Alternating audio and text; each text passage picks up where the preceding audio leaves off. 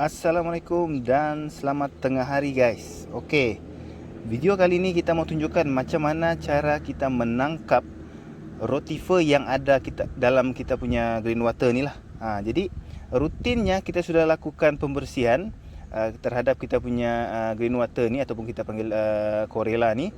Jadi kita sengaja tinggalkan selama 3 hari tanpa membersihkan dia. Tapi di awal permulaan tu kita ada bersihkan dan kita tinggalkan 3 hari untuk kita sengaja test untuk lihat macam mana perkembangan rotifer di dalam bekas tu. Jadi meskipun kita sudah melakukan pembersihan menggunakan BBS net, tapi kita biarkan selama 3 hari untuk tengok macam mana perkembangan rotifer di dalam ni sekiranya dia berkembang. Okey guys, ini cara dia. Kita mau tunjukkan macam mana kita menggunakan zooplankton net ni menangkap rotifer yang ada dalam kita punya bekas ni. Okey, mungkin sebelum ni kita tidak perasan ada rotifer di dalam kita punya bekas, tapi kita tidak tahu macam mana rupa rotifer ni. Selepas kita bersihkan, kita tidak tahu macam mana rupa rotifer ni dalam net. Okey, ini kita tunjukkan macam mana rotifer ni selepas kita tangkap menggunakan zooplankton net ni. Ini zooplankton net yang untuk rotifer. Ini yang saiz untuk yang kita punya ni, dia ada saiz 4 inci. Yang ini ada saiz 3 inci lah. Ni beza dia. Ini 4 inci, ini 4 inci dan ini 3 inci. Jadi yang untuk ini sebenarnya dia ada 2 set. Ada untuk rotifer dan juga satu lagi dia ada untuk infusoria. Macam ni lah. Sebagai contoh, macam ni dia ada 2 set lah kita boleh guna. Sama ada kita menggunakan rotifer dan juga infusoria net. Kita boleh guna serentak dan kita juga boleh menggunakan asing-asing macam tu. Okey. Sekarang ni kita mau tunjukkan macam mana zooplankton net ni bekerja untuk menjaga kita punya Corella ni daripada serangan rotifer. Okey, kita tengok isi dia, dalam dia ada apa. Jadi kita tinggal tuang macam ni saja. Kalau dia slow gerak macam ni, itu biasa. Kita cuma goyang-goyangkan dia. Mungkin ada rotifer dalam ni, sebab dia akan blok air. Sekiranya air tu mau keluar, dia akan blok, sebab net ni dia halus lah. Dia akan blok. Jadi secara logiknya dia akan ada something lah yang blok kita punya net ni. Itu menunjukkan ada rotifer dalam ni. Kita cuba force dia. Okey, kalau dia tidak jalan kan air dia, kita boleh goncang-goncang macam ni ya. Kita goncang-goncang macam ni. Nampak tu dia keluar air. Okey. Dan kita terus lakukan juga pembersihan. Saya nampak ada di dalam ni. Ada sudah dalam ni rotifer. Okey, kita teruskan saja. Ini kalau dia blok sudah macam ni, memang confirm ada rotifer ni. Sebab ini kita sudah lakukan pembersihan. Kita sudah lakukan pembersihan menggunakan BBS net rutin. Cuma kita tinggalkan 3 hari untuk tengok apa macam perkembangan rotifer dalam ni. Macam mana dia tumbuh boleh ke biarpun kita sudah bersihkan kan. Itulah pentingnya kita membersihkan kita punya tank ni untuk jaga kualiti dah. Okey, kita terus bersihkan. Kita mau tangkap sebanyak yang boleh lah. Mau tangkap sebanyak yang boleh. Macam mana kita mau tangkap sebanyak yang boleh. Jadi ini zooplankton net ni tugas dia untuk menapis rotifer dan juga infusoria. Jadi kalau ada zooplankton net, jadi memudahkan kita punya kerja lah untuk menyerang menyerang semula rotifer dia dan infusoria ni. Okey, kita teruskan. Okey, nampak dia blok ini blok ni. Kalau bekas ni kita ada bersihkan, maksud dia blok ni ada something yang sudah memblocking kita punya filter tu. Tapi kalau bekas ni kita tidak bersihkan, itu normal lah, mungkin sebab kotoran. Kalau kita tidak bersihkan macam hari pertama ataupun hari yang keempat ataupun hari kelima tu, nanti selepas kita jemur 5 hari tu, kalau kita tidak bersihkan, tidak boleh menggunakan zooplankton net sebab dia akan blok habis. Sebab kotor. Kita kena bersihkan dulu menggunakan BBS net ataupun penapis kopi lah. Itu untuk supaya kita punya air ni bersih terlebih dahulu, baru kita menggunakan zooplankton net. Sebab zooplankton net ni nipis dia lagi banyak benda yang dia tapis.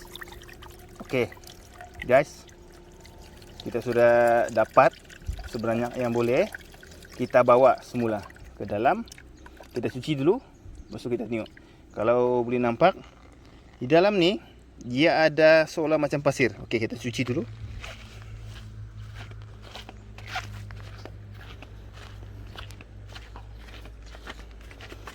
Okey, kita cuci baru kita nampak macam mana rupa dia. Okey, ini dia. Nampak? Okey guys, boleh nampak tak? Cuba bawakan dulu. Dia nampak seolah-olah macam pasir. Seolah-olah macam pasir. Nampak ni. Ini ni.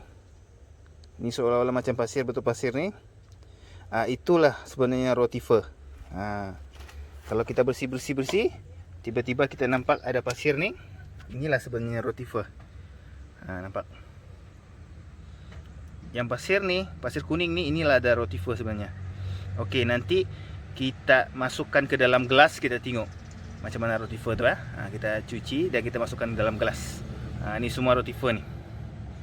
Nampak macam mana zooplankton tu dia blok rotifer ni dan menangkap. Ini baru sikit lah. Ini cuma contoh saja kita mau tunjukkan macam mana zooplankton net ni bekerja untuk melindungi kita punya green water ni daripada pembiakan rotifer yang berleluasa. Macam tu. Okey, kita bawa ke dalam gelas dulu. Okey guys, ini kita mau tunjukkan macam mana kita mau kasih keluar ni rotifer dalam ni. Okey, cara dia simple. Kita letak macam tu. Dia ada dua cara. Kita siram dulu. Sorry, nak nampak. Kita siram dulu. Bawa dia ke tepi. Ada macam-macam cara lah, ikut kesesuaian kita. Siram dulu, tolak dia ke tepi. Ini untuk sebagai info saja. Okey, lepas tu masukkan dalam ni, tuang. Dan tinggal tuang dalam ni saja. Okey. Okey, kita tuang dalam ni. Dia akan keluar. Keluar dalam ni. Nampak? Dia keluar dalam ni. Baru nanti kita bawa masuk ke dalam. Tengok macam mana keadaan dia. Okey. Nampak tu. Nampak ni? Dia seolah-olah nampak macam pasir kan? Seolah-olah nampak macam pasir. Kita bawa lagi tempat yang di dalam lah. Okey guys, jom kita lihat macam mana tu rotifer tadi lepas kita bersihkan. Ini dia. Okey, rupa dia boleh nampak dia macam pasir. Dia nampak macam pasir. Kita cuba zoom dia. Tu dia. Nampak dia bergerak. Ini adalah rotifer. Nampak banyak. Tengok berapa banyak mereka. Benda ni tumbuh secara semula jadi di dalam tank pembiakan Corella. Semua tank, mostly keseluruhan Corella ni ataupun green alga ni akan ada pertumbuhan seperti ini. Dia tumbuh secara semula jadi. Jadi tugas dia ni dia akan makan nanti green water kita. Jadi kalau di tempat yang asli pun, maksud dia di tempat habitat asli orang pun, orang akan mencari zooplankton tu untuk memakan. Jadi kalau dia tumbuh di mana ada pertumbuhan phytoplankton, orang akan ada di sana untuk memakan.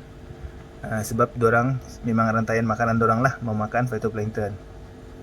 Inilah dia rotifer, nampak?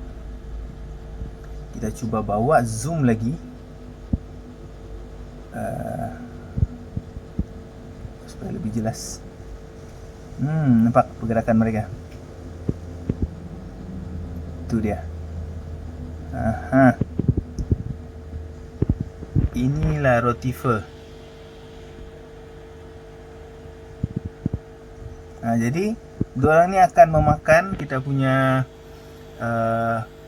green water. Jadi kalau kita tidak tapis, kita tidak bersihkan, lagi banyak mereka di dalam tank kita. Jadi kalau kita mau perasan, kalau kita mau tahu macam mana diorang ada dalam tank kita, kita biarkan tank kita tu macam biasa, dan kita lihat pada waktu malam. Kebiasaannya kalau kuantiti dorang sudah terlalu banyak, dorang akan timbul pada waktu malam sampai terapung di permukaan. Kalaupun dia punya tidak begitu banyak kan, dorang punya populasi tidak begitu banyak, tapi dorang tetap akan keluar pada waktu malam. Nampak tuh dia akan keluar pada waktu malam dan seolah-olah macam ada pasir di permukaan kita punya green water. Itulah dorang. Jadi nanti kalau waktu siang, waktu panas dorang akan hilang. Dorang akan masuk semula ke bawah untuk melindungi dorang lah daripada panas. Nampak tuh. Tuh dia. Ramai dia dorang nih. Ramai lagi tuh. Banyaknya dorang nih. Oke.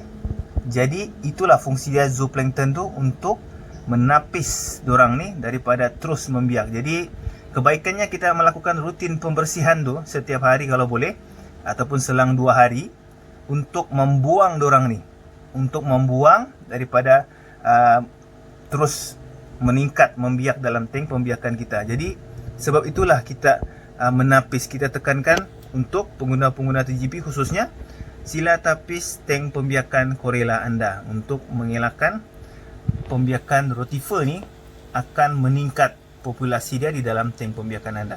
Kalau sikit mungkin tidak begitu efek, tapi pembiakan dorang sangat cepat.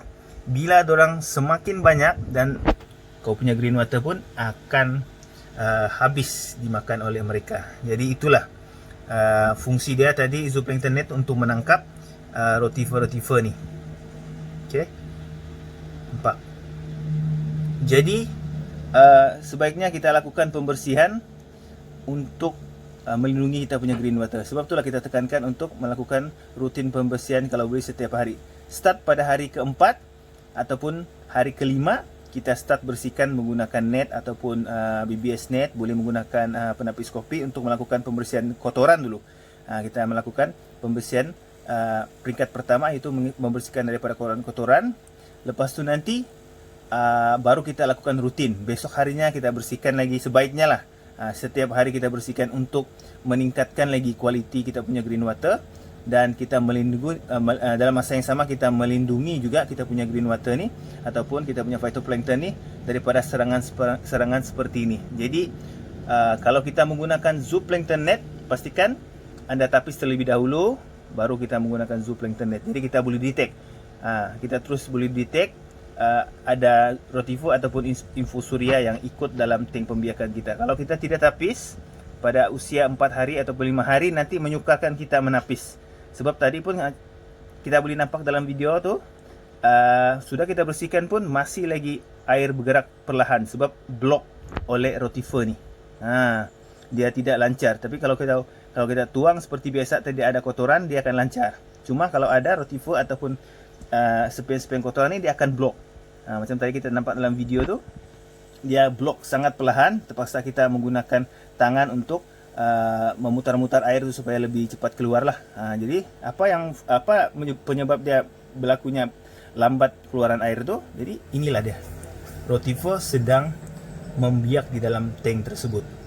Meskipun tidak banyak, tapi ini cukup untuk merosakkan kamu punya pembiakan Corella. Sebab pembiakan dia sangat-sangat cepat. Okay? Kita cuma tinggalkan 3 hari saja selepas pembersihan pertama. Nampak, dalam masa 3 hari dorang membiak dengan cepat. Jadi guys, itu saja perkongsian kita kali ini. Semoga perkongsian ini bermanfaat untuk kita menambah ilmu lagi. Dan semoga kita terus sukses dalam bidang apa yang kita ceburi.